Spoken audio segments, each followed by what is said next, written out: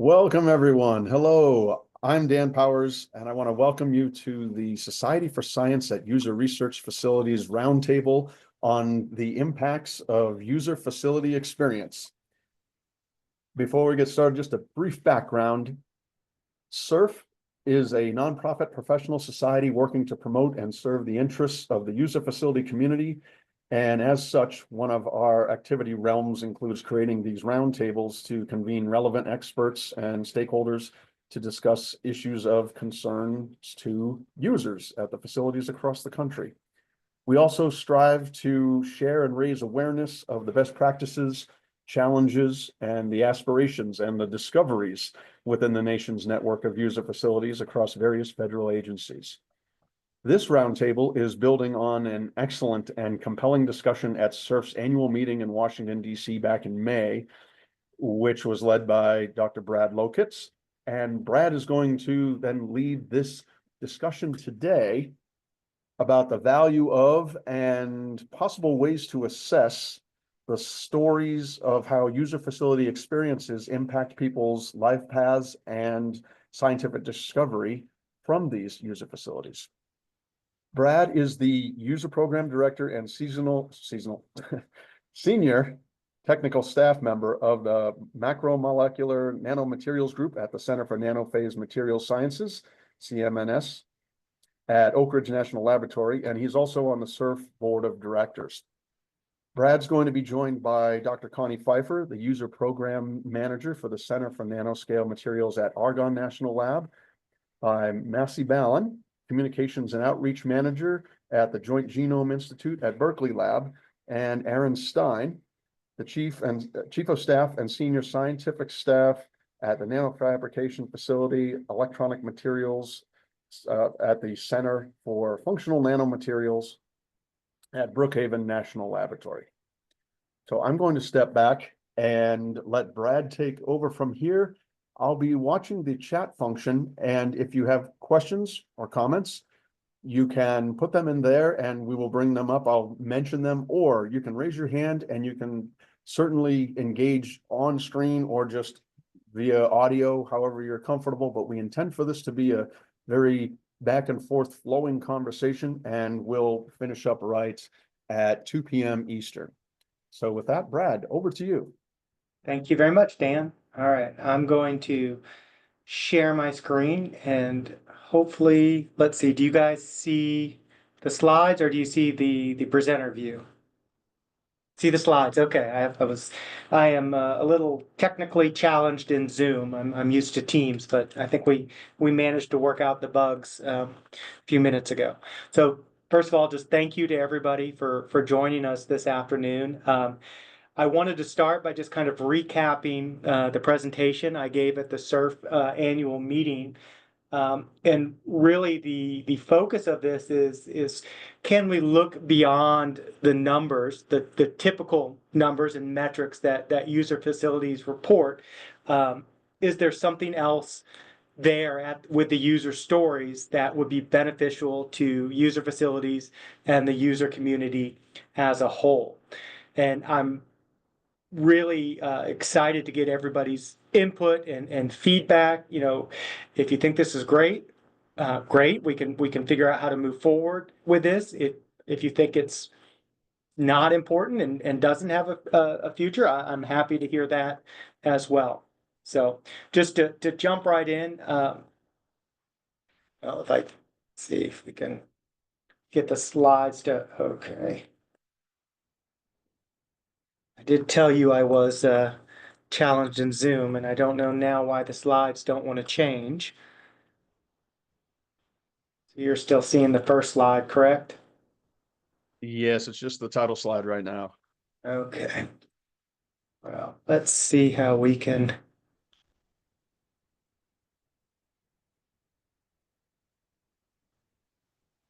Thought we had it worked do it out. the way you did with your screen before, if you don't mind us looking at your tabs. No, I do not. Let me see if I can come over here and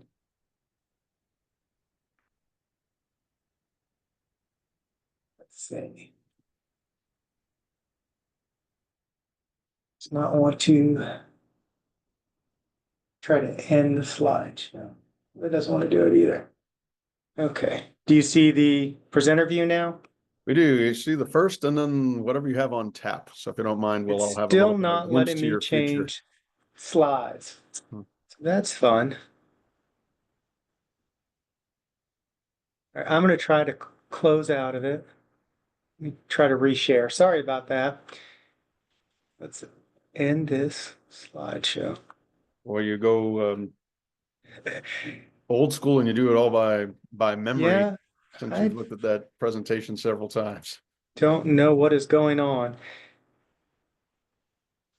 You could also just try doing it in editing mode without going to presentation mode, and that's probably I is cannot actually get out of the um, it has got some view on here and there's something open somewhere that I can't figure out. So anyways, I start by just kind of showing the traditional facility questionnaires that DOE provides every year, you know, where we report our number of users, number of publications, and you know, those are the traditional metrics that we all report and look at. And I don't want to diminish those. Those are definitely very important. And let me just try real quick. Sorry. We had this all worked out, but I will just share the screen as is. All right, so this should work.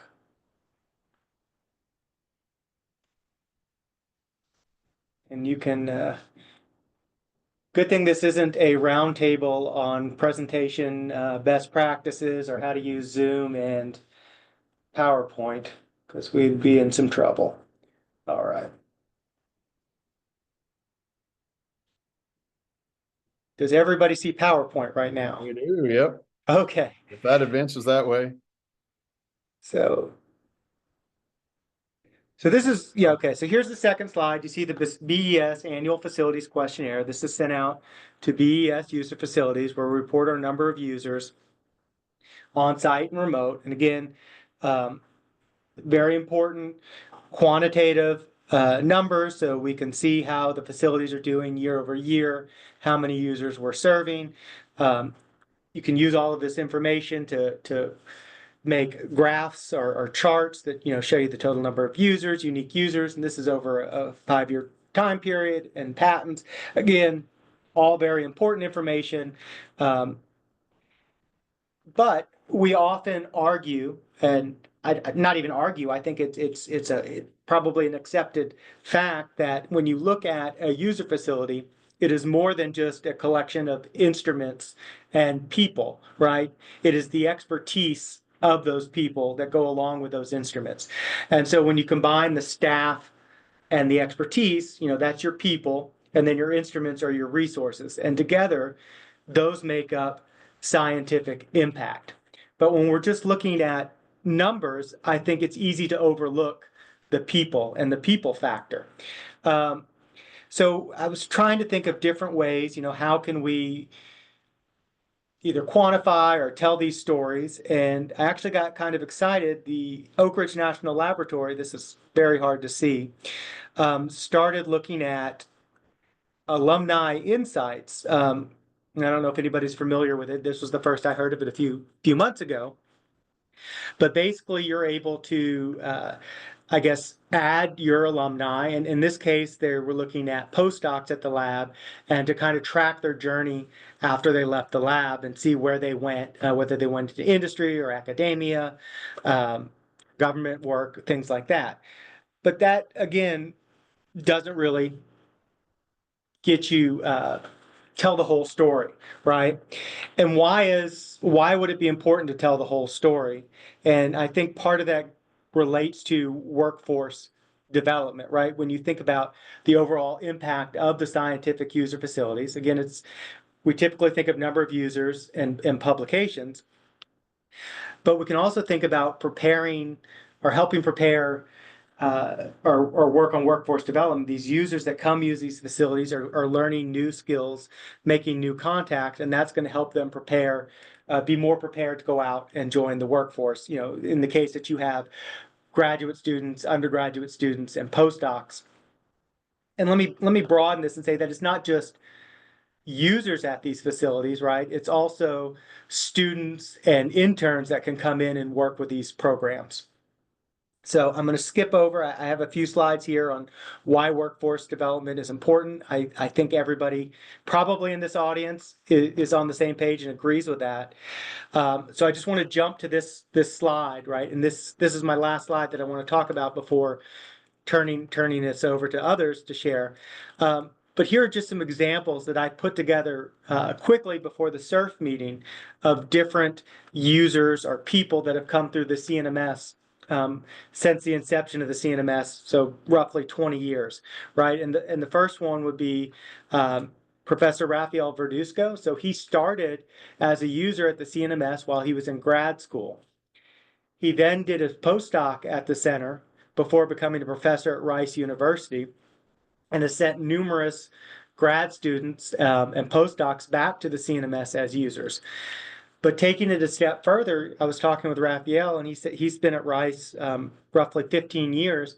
He said he's probably, if he had to guess, taught over 1,000 undergrad students in various courses over that time.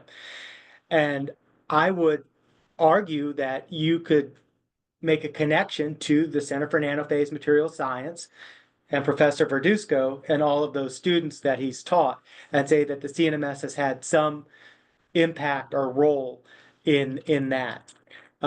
Another great example is Candace Halbert. So she is a beamline staff at the spallation neutron source here at Oak Ridge, also a user at the CNMS and a grad student. She founded a nonprofit, YoSTEM, that is an outreach to underserved communities, trying youth, getting them interested and excited about STEM education.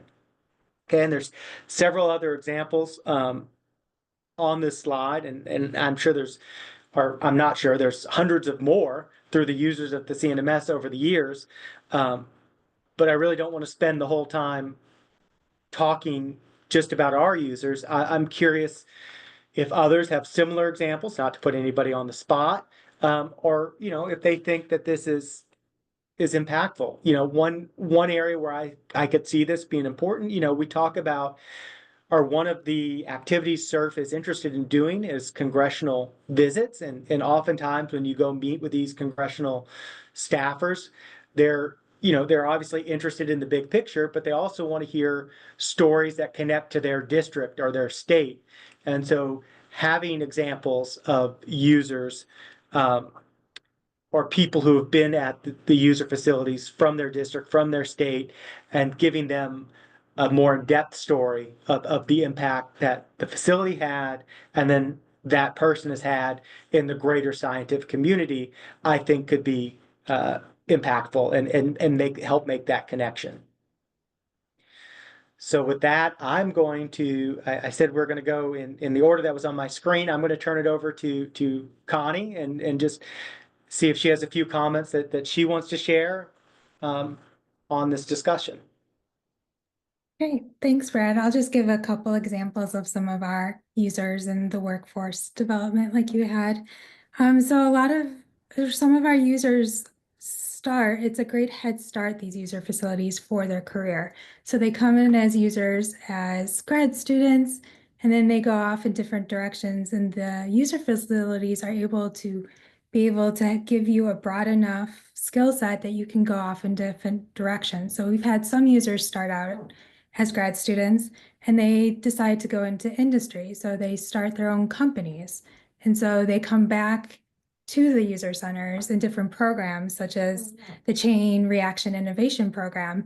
And the user facilities are still there to help them, and they help them with the tools they need to get a head start with their new companies. So they don't have the funding to have these types of equipment in their new labs. So we are able to provide them with the equipment and that head start you really need at the beginning of an industry career to be able to do the research you're doing. So they are able to just get this great start on their career here, and we're able to foster that engagement and help them make connections and help them actually do their research.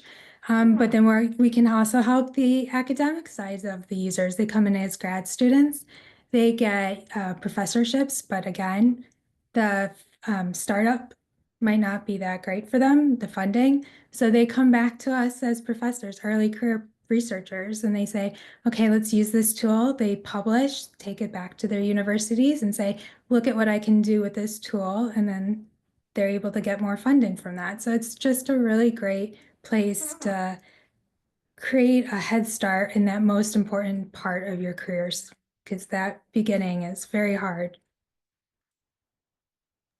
And thanks, Connie. That actually reminded me that I had a user come up to us and actually tell me that same story when they started out as a new professor, while they were getting their lab set up and going and trying to get grad students and funding, they used the CNMS, and that early research and success actually led them to get an early career award that funded more of their research later on. And that was made possible, through a user facilities while they're getting started. So great. Thank you. Mhm. Aaron? Yeah, obviously. So we have similar examples of that, and I guess maybe I maybe expand to the idea of impact a little bit. A couple examples, specific examples of how you don't know how things are going to go. So and how the user facilities are really can be an open playground to try things that might not other be. And we had a graduate student come through, and they were working on the limits of electron beam lithography, and they came to visit the CFN at Brookhaven and saw the electron microscopes, and somehow one thing led to another, and this student became a user, and they were able to take one of our electron microscopes and use it to do electron beam lithography, which is something probably no other electron microscope group would do it, but we were like, sure, we'll do it because that's what kind of stuff we do. And one thing led to another. This, published a paper, became a postdoc at the CFN, and turned our instrument, and did some hardware changes. So this is something that can be done. Basically broke the record for that. Has gone on to a career in industry in the quantum computing, but has left behind an instrument and capability where we can use that. Our users can use that, and our staff can use that, and that's something that's kind of the impact of a user, and it goes both ways, I guess, is what I'm trying to say. And you never really know. And we have a few examples of that where someone has come in as a student, become a postdoc, has developed some capability, gone on and become a user, come back, but has left behind the capability that is sort of unique, and that. And like you're saying, you talk about thousands of students, but also, now we got dozens or hundreds of users might come through and use that capability and doing things they can't do otherwise, just because one person came through and made that thing. So those are some nice, stories are kind of on the other side, not necessarily workforce development, but making a very long-lasting impact. Just again, starting off as a graduate student with an idea and kind of snowballing into something that is quite unique. And the fact that these user facilities uh, are a place where those things can happen, which is not something you would see necessarily in an academic lab where we might tinker or open things up or develop new techniques that are available for everyone to use. And I've got lots more. I have other examples, but anyway, that's one thing I want. Another nice example is sort of how things go from one to another. Is we had an outreach program for underrepresented institutions serving underrepresented minorities, and there was a professor there from the University of Puerto Rico, had never really known anything about Brookhaven, and became a user, became through as a visiting faculty, brought students through, ended up being a sort of poster child during our remote development, because during COVID we was able to run electron microscopes from Puerto Rico, bring all these students through that really would not have had a chance to do otherwise, and was recently awarded a very prestigious Gordon Moore grant out of this. And again, you don't really know like where these where people are coming in and where they might end up. So there's a lot of stories like that where you can see the success of these facilities. Yeah, those are numbers. Those are numbers, like you said. Those are where we served a minority, serving underrepresented, serving institution. But it's a much more interesting story beyond that. The people that were involved, and that's going to again percolate forward to a lot of people not necessarily would never have even known to get access to a facility like the CFN, and now the number of students and go through and the impact that might have is hard to put a number on.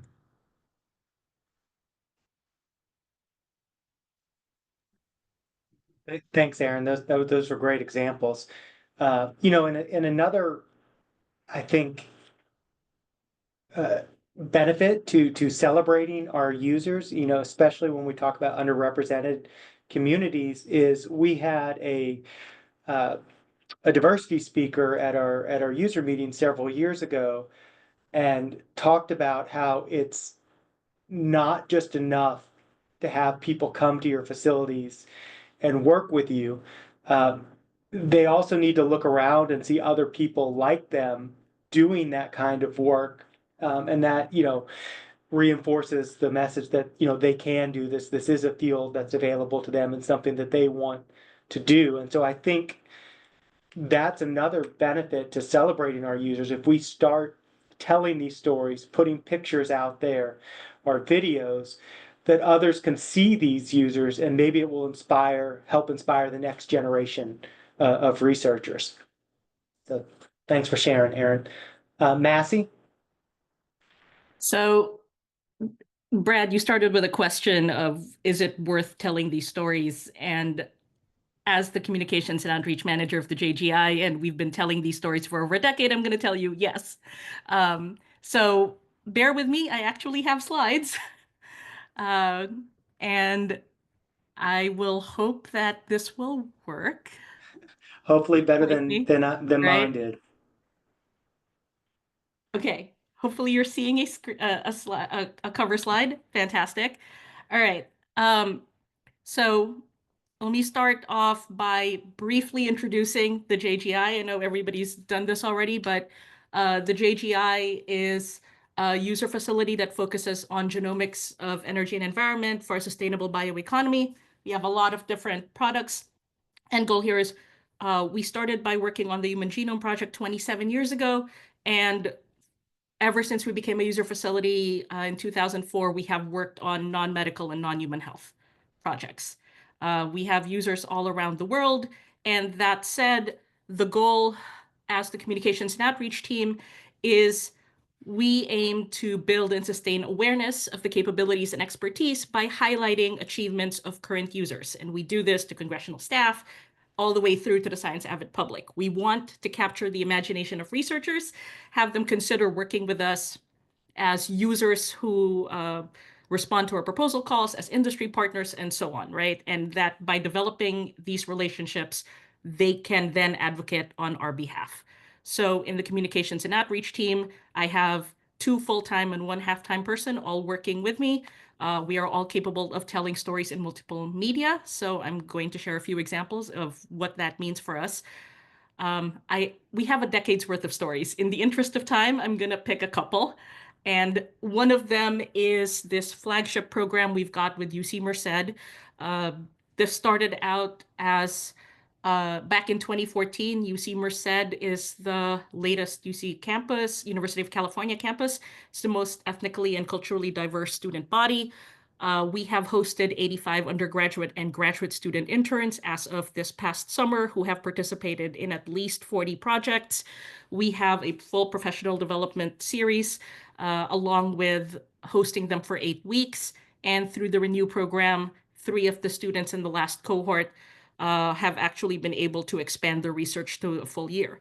So that said, we marked our 10th anniversary last summer, and this is Christian Gutierrez, who who did an undergraduate internship with us. And I'm really, really hoping the video will work, but if not, it is captioned, so we'll try this. On the very last week of the JGI internship, me and Brian, who was the other undergrad student, got a chance to sit down with Dr. Eddie Rubin. And that one meeting honestly kind of changed a lot of things because I had never known what an MD-PhD program was. And after that meeting, I was like, I don't know what I need to do, but I'm going to become like you. And so here I am, I think, living that dream from way long ago. I feel like I have very big ambitions, and a lot of that is due to my time at JGI.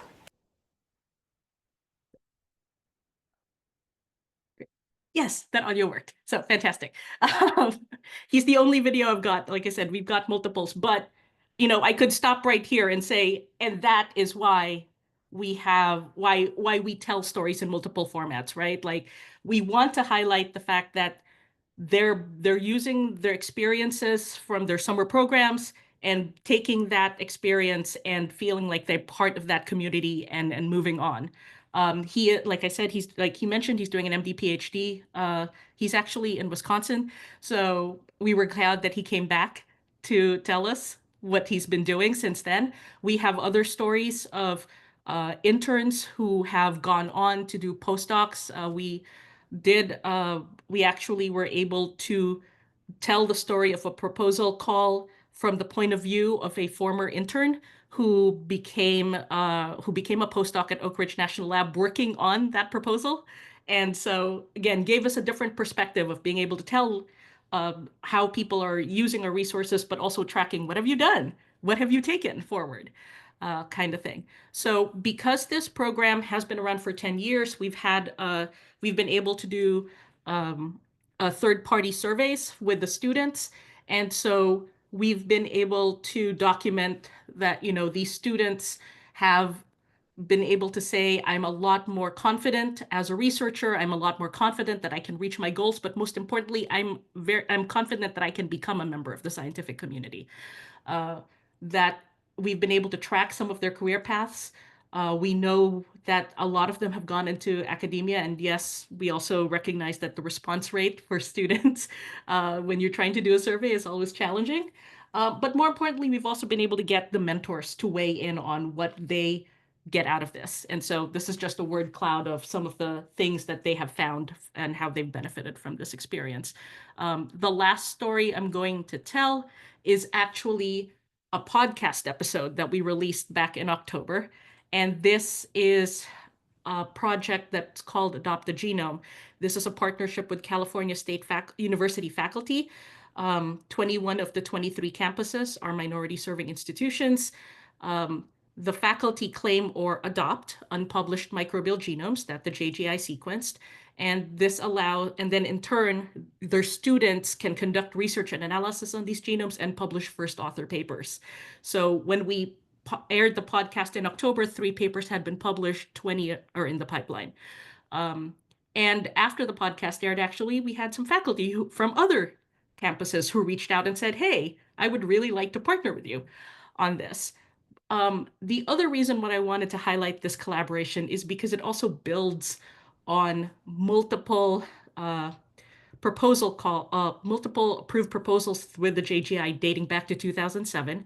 And that connects back to the JGI's 25th anniversary back in 2022, and the very colorful background behind me is actually the mural that we have on our wall in our building that marks some of our notable scientific contributions.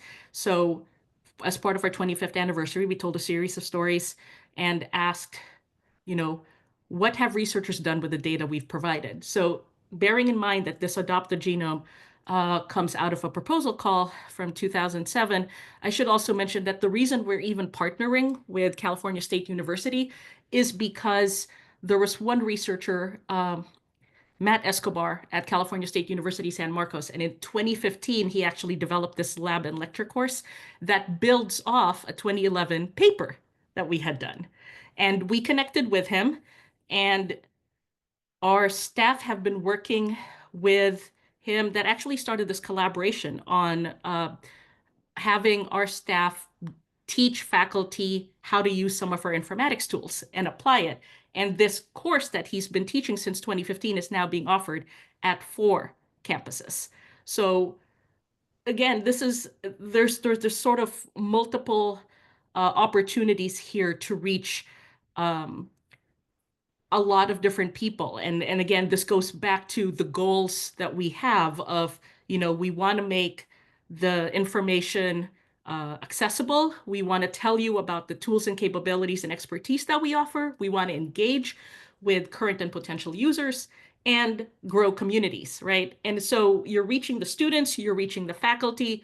By doing this multi-platform storytelling, we're able to reach other folks who are not directly partnered with us, and really kind of encompass how we can really engage with new partners and highlight that. So I will stop there.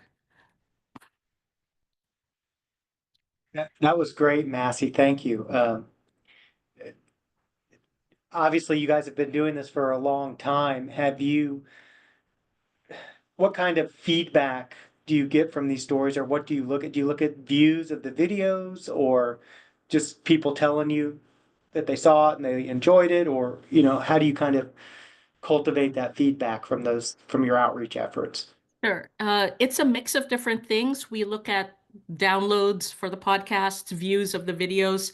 We also share these out on social media and in our various newsletters to different audiences. We have a flagship newsletter, but we also have more targeted, segmented versions that are, for example, focused just on podcasts, or focused on events, or focused on proposal calls. And the fact that we can pull these resources and say, hey, we have testimonials from these users of how they've been able to use their capability for this particular proposal call, and pair that with the upcoming deadline and say, and what could you do, has been really, really great. We've seen a lot of clicks, link clicks directly to the proposal call or to the resources that we highlight. And so it's nice that, like I said, we can pull these. It's great also that these are a little more evergreen in that sense. That's one of the things that we try to do. A story that we tell for a specific paper kind of has a limited short life, has a limited life in the sense that it's kind of breaking news. But when you highlight something more like this, that really kind of speaks to this longer term capability, it does have a longer shelf life, and again, longer tail, that people can keep finding it and coming back and asking about it. Great. So I guess just an open question to everybody attending is, would SSURF be a good home for user testimonials from these different user facilities? If we could find a way to kind of collect them and host them online, or have users come to the meetings and tell these stories, would that be a good place to do that? Or do we think it's better for each individual institution or user facility to tell their own testimonials, or is it some mix or combination of the two? I'd just be curious to hear what people think about that. I'll make a comment. Name is Lou Sherman. I'm at Purdue, and I did a lot of work at EMSL at PNNL at one time, as well as with JGI, and especially when you were out at Walnut Creek. And in terms of personnel development, I think when SSURF is talking to people on the Hill, I think the individual stories from people in their state, their district, are important. And so that, I've been communicating with Senator Young a lot since that meeting that we had back in 2018, 2019. And I tell them, for example, the person who was a postdoc at EMSL doing proteomics back starting just before 2010 became the head of our proteomics facility, and he's turned it into a world-class facility. And people, the Congress people like to hear that kind of stuff. JGI, I think by 2015, half of the genomic facilities in the country were run by people who started out at JGI. because it was such, they were such an advanced group at that time, especially for the non-human genome projects. And so that they were everywhere. And I think that's important to say, okay, the people from JGI went to this district or to that district. So I think all these stories I heard are superb, and they just need to be pinpointed to the right person.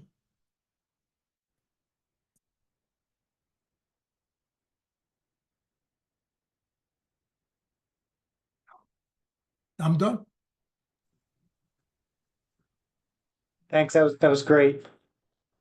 Any other comments or thoughts?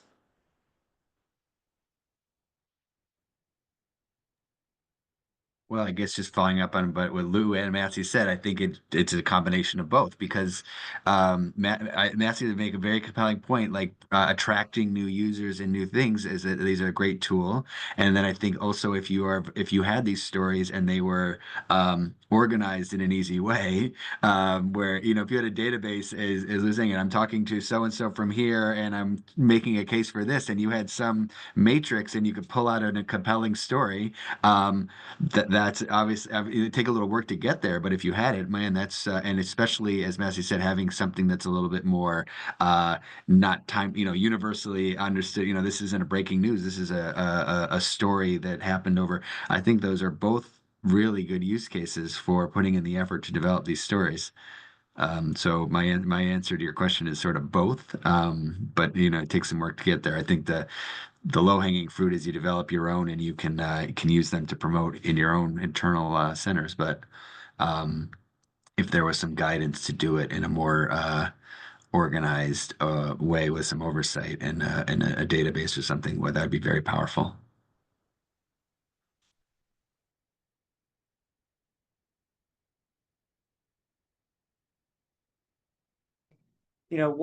One thing we do, or at least the nanoscience research centers do, they have quarterly calls with the program managers from DOE, and we go over the statistics from the quarter, but we also present some scientific highlights.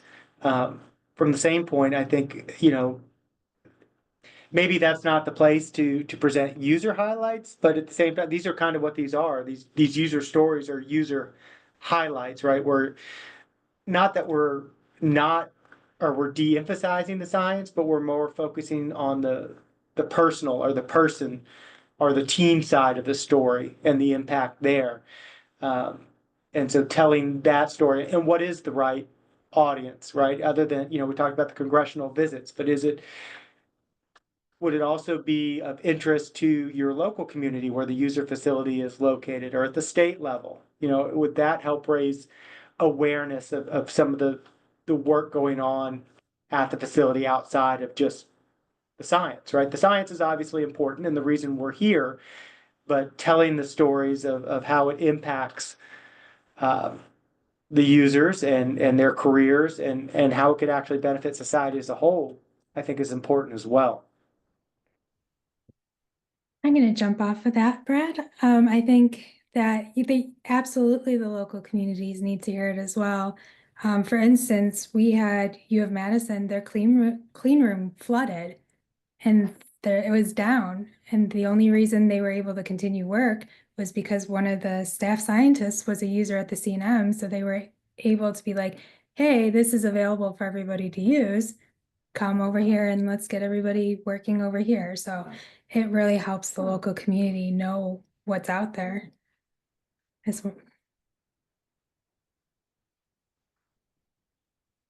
I'll add on to that. I think, what we tell our program managers kind of comes in a very specific format, right? There's a very specific way that we highlight what user facilities can accomplish. And I think the ability to then turn around and say, oh, and we have this same story told from a more accessible format really does help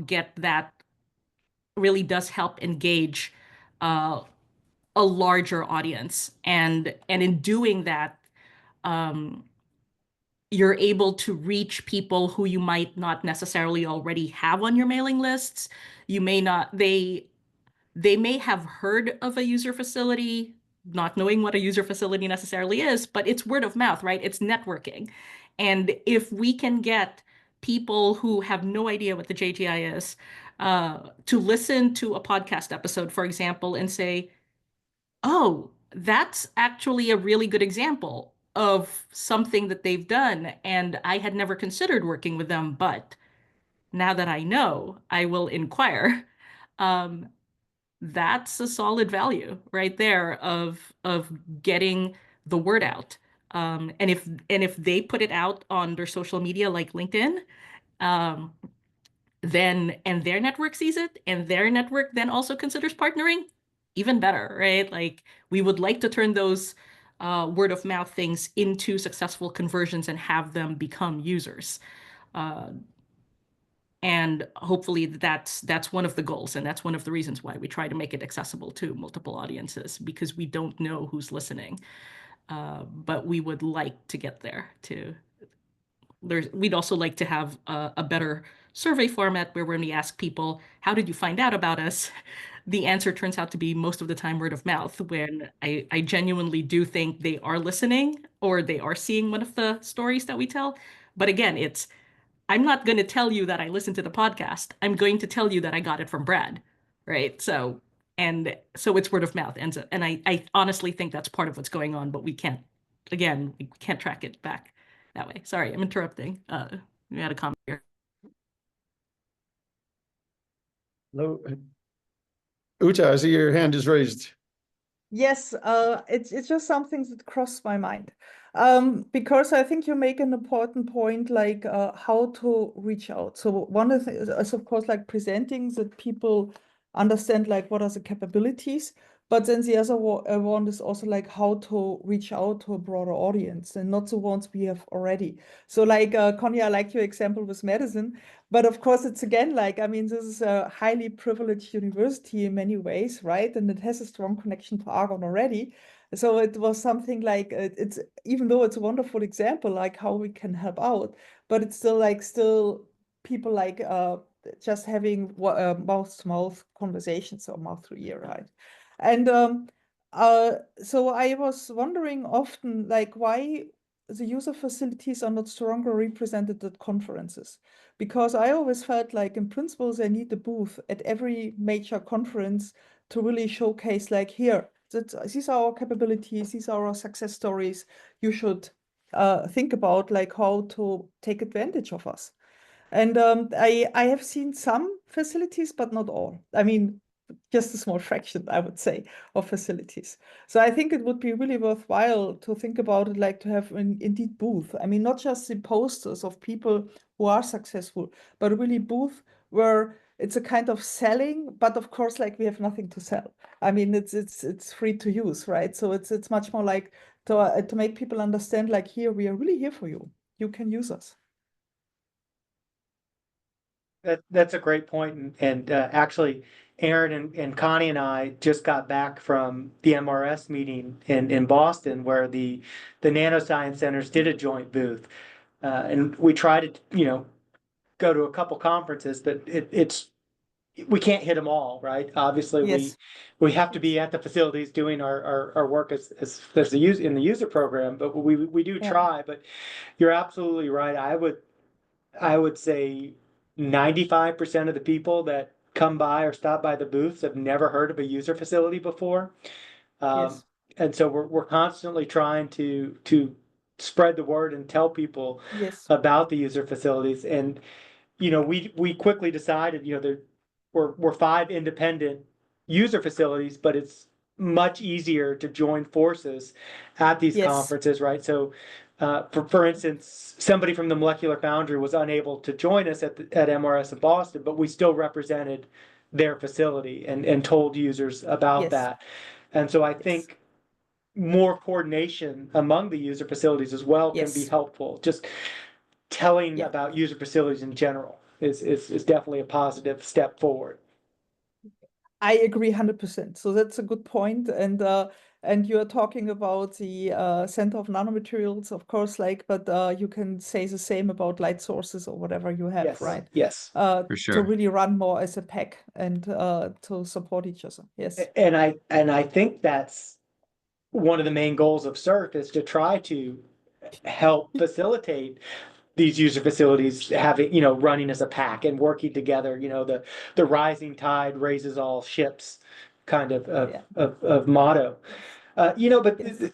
at the same time, when we think about this, right, if we're telling these user success stories on our websites or the SSURF websites or at these scientific conferences, a lot of times we're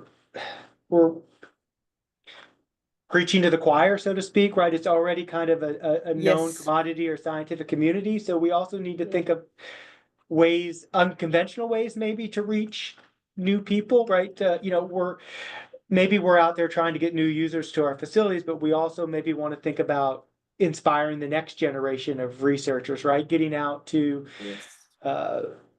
elementary schools, middle schools, high schools, how can we reach people at, in the formative years where they'll think, oh, maybe science is a career for me. Maybe it's something I want to do or be interested in. I mean, that's something I was also thinking about it. So that's also an interesting point, right? So I just did a discussion with Kara. She's also on the call here.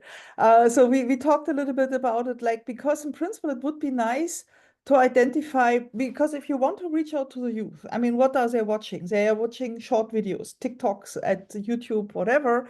But then you also need more charismatic people, because most videos we produce as a facility, they are far too stiff, and it's not coming over with the excitement and the fun.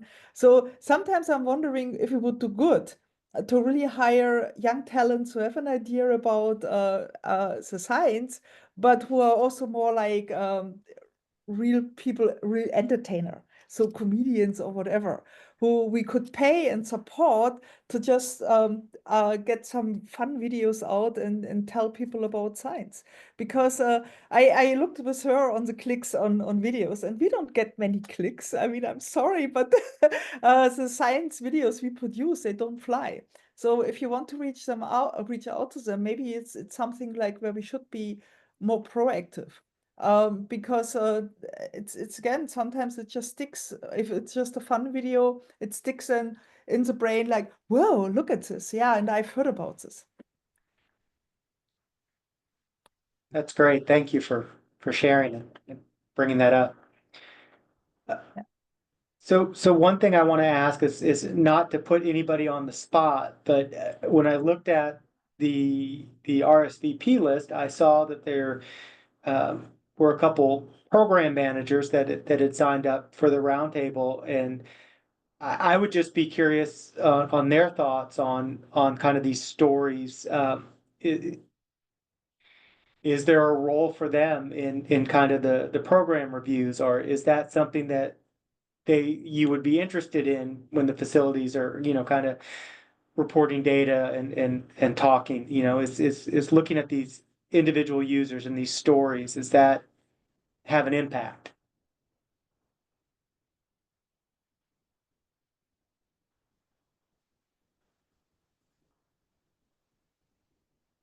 No one's speaking up there. I'm not a program manager, so I'm not too sure that I was referred to, but I'm detail lead, so I'm actually employed at SLAC, National Accelerator Lab, and I've been working there closely with Accelerator R&D and Production Office, RDAP, which is within HEP office and DOE. So I can tell you that I think we're in the same boat as this discussion and the same ideas, and your Uta's point about YouTube influencers is kind of something that I've been thinking of as well, but we don't have the resources really for that. We did put out a story, as you're describing it, a user story recently on an Instagram, and we're trying to develop more of those ourselves. So this is exactly the same route as we're trying to develop, but I think we came up with the same kind of problems, which is, as Uta said, is maybe we're not the right people, and we need to hire in somebody who's exceptionally good at this. And I actually thought that your comment coming from SLAC was telling, because SLAC's one of the better labs for doing this and for putting emphasis into the communications, and to say that SLAC's putting that effort in and still falling short of creating enough buzz and influence is telling. Maybe we're trying the right things, but we're not getting the right people and we're not getting the right notice. But I'm not too sure that I'm helping because I'm not a program manager, but I feel like the answer to your question is yes, these user stories are something that we're talking about too internally. Hopefully that answers your question. Yeah, no, great. Thank you for sharing. Yeah, and I think you're right. Or, too, is that, we talk about user facilities and the staff, or we say, users are often experts in one area of research, but research is multidisciplinary, so they come to the user facility for that missing piece of their research.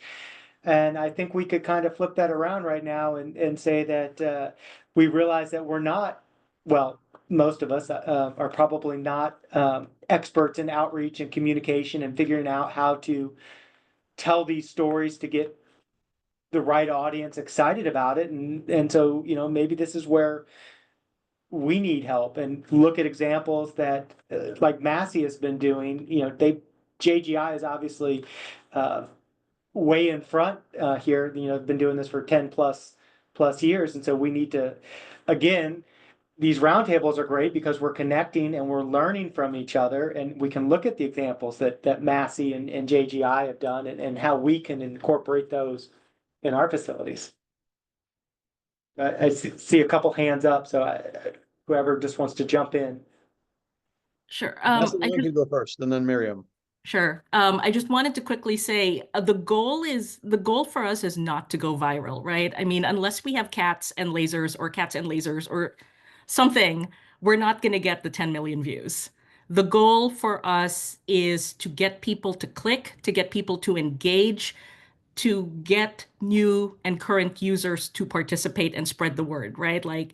And so I want to highlight that it's not about the number of views. The impact, it's having the right aims when you set out to do this is really key in defining what success looks like, right? The other part of this is also knowing, and to Uda's point, it's about we don't need yes, we want to find the people who are passionate about their science and that we want to hear that, we want to see that when we tell their stories in formats other than print.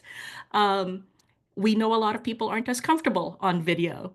And so part of the reason we've done a lot more podcasts, it's because people are very happy to tell us their stories, to let their voices be heard. They would just prefer not to be on the camera when they do that. So again, it's kind of meeting people where they are, but also still trying to get the word out and building those relationships and getting them to trust us so that they are great advocates for us. Again, that's part of the wins for us, right? We want them to say, oh my God, had a great experience working with the JGI, not just on this proposal, but also in telling the story. You guys should work with them. And having that come out from them and not having us do that, that is an absolute win.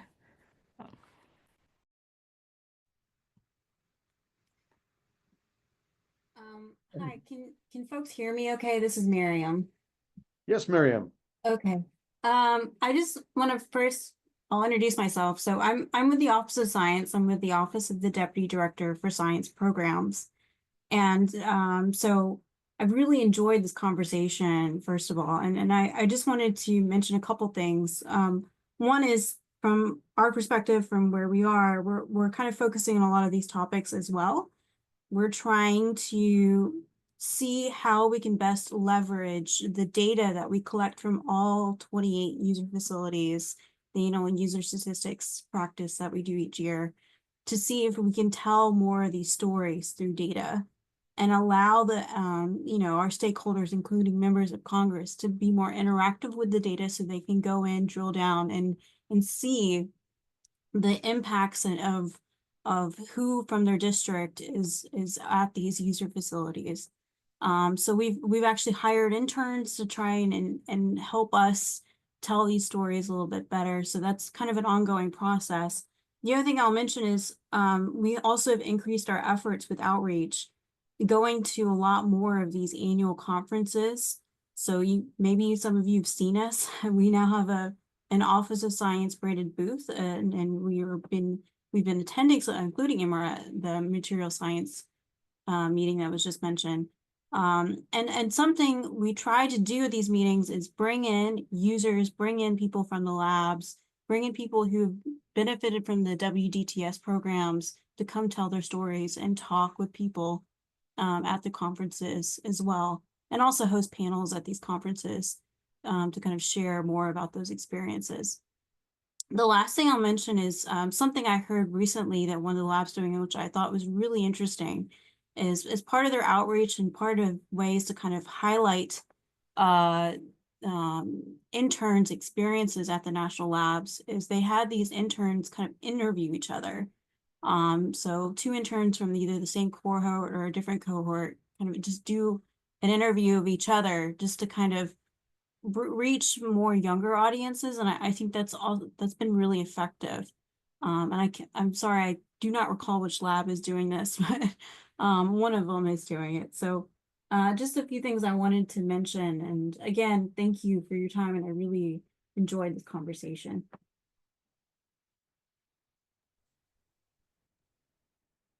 Thank you very much, Miriam. That's really good to know. I think it might be a follow-up conversation we should have, especially to understand, this is another roundtable, but how might things be segueing into the 2025 sort of programming atmosphere that is about to have its own next, say, political reality. So yes, another roundtable topic there.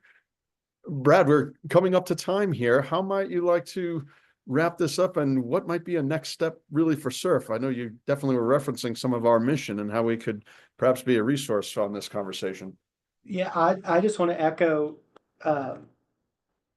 what Miriam had just said, that I really enjoyed this discussion today as well, and learned a lot from everybody who shared. And I really think we need to figure out how to, I don't know if it's have follow up to these roundtables or meetings, but some way that we're all kind of staying informed and learning from each other. Because I learned a tremendous amount today from the efforts that others are doing with outreach and communication, and some great thoughts and ideas moving forward.